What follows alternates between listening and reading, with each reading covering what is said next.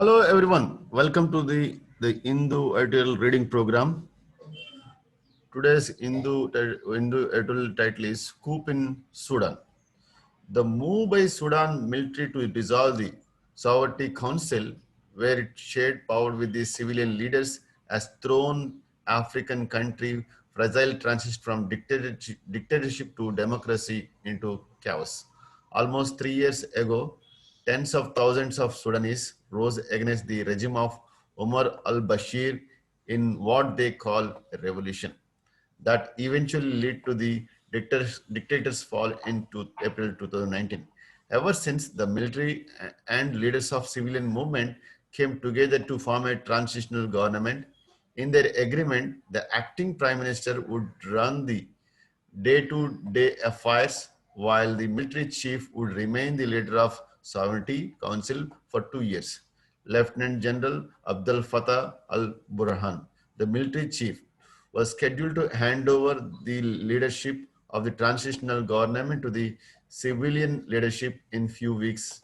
Instead, he disbanded the government and proclaimed himself the new leader, declared the state of emergency, and imprisoned the civilian leaders, including Prime Minister Abdullah Hamdok. Tensions were brewing in recent weeks. Pro-military mobs had been carrying out protests demanding the government removal amid soaring price of essentials.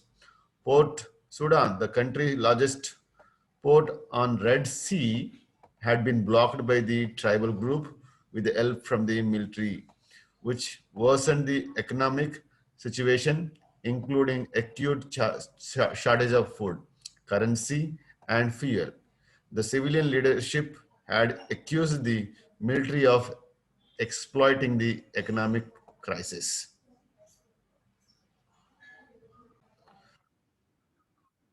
The overthrow of Bashir regime and the promised democratic transition were the best hopes of Sudan to end its international isolation, heal the wounds of decades of oppression and state violence, and build a stable economic and political order in an otherwise violence-ridden Horn of Africa.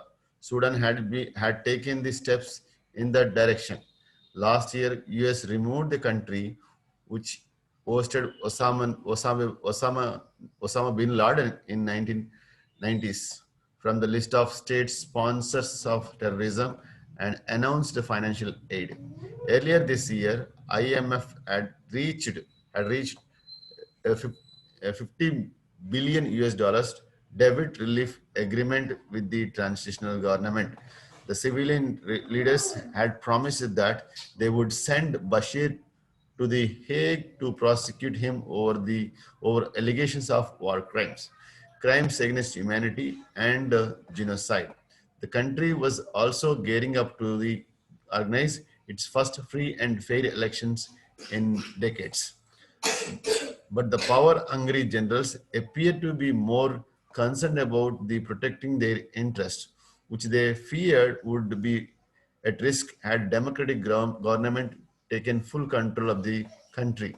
After all, Sudan military cannot absolve itself from whatever allegation Bashir is facing. But this time, it faces a stiff challenge from the public. The protesters who brought down Bashir are back on the street fighting the security personnel. A violent showdown is more likely. General Burhan should desist from more violence. The military should release all the arrested leaders, restore the transition government, and let free election decide the future of the country. Thank you all for listening. If at all you like it, just subscribe for regular updates. Thank you.